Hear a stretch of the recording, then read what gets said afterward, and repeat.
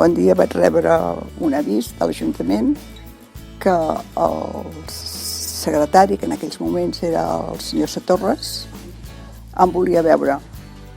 I jo vaig pensar, vaig parlar quasi tot, perquè m'ho van dir a casa, i hauries de passar per l'Ajuntament, que et volen veure. Vaig anar a l'Ajuntament. Per què em volen veure a mi a l'Ajuntament? I llavors vaig anar i el senyor Satorres em va dir, mira, hem de canviar alguns regidors i hem de canviar alguna cosa. I havíem pensat, no s'ha fet mai per aquí, però havíem pensat que si t'interessava o si volies entrar. I jo el primer que vaig preguntar, però així ja, sense saber si ho faria o no ho faria, dic, i ja saps si ho sabré fer jo, això? Que sí, que cap problema. Diu, a més, ja em van dir de seguida de quina regidoria tindria. Diu, seràs de cultura i d'esports. Cultura encara, però d'esports us puc assegurar que no és el meu fort, Al final vaig acceptar i van ser uns anys molt... A més, vaig agafar el moment de la transició. El 75 va morir Franco, perquè això era època de Franco, i llavors allò va ser una mica... però molt enriquidor, Allà vaig aprendre a conèixer molt a les persones, Però recordo perfectament les famílies que van arribar aquí al municipi, sobretot d'Extremadura, molts d'Extremadura, els recordo, alguns també d'Andalusia, en fi, de diversos punts de tot Espanya. Clar, llavors el problema sempre era la vivenda, com encara ara, per desgràcia, estem amb el mateix problema.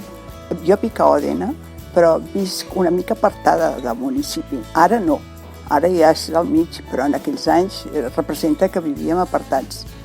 Al voltant de casa hi havia bastant terreny, que a més la meva família eren pagesos,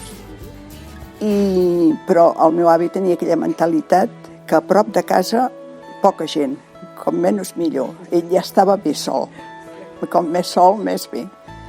Però després sí que a mesura que van anar passant els anys, bastantes famílies van demanar-se a veure per poder-se fer la primera casa, la primera vivenda d'alguna manera.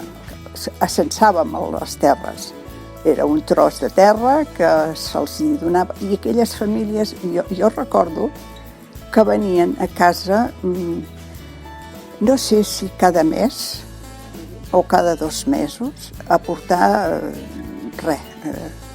5 pessetes, 7 pessetes, 8 pessetes, una cosa. Però ells tenien el dret a aquesta vivenda i si més endavant es posaven d'acord el propietari de la finca i la persona que l'havia arrendada, llavors ens deien redimir el cens. Llavors es valorava una mica i així es va fer moltes cases que ara en diem el barri de la Font. Ai, és el meu poble. La gent no es queda en el poble. Almenys que ho diguem ben dit, no ens quedem amb segons quines coses al poble. Tenim massa fàcil anar a Igualada i així. Però jo considero que ara es fan moltes coses a Òdena, moltes coses,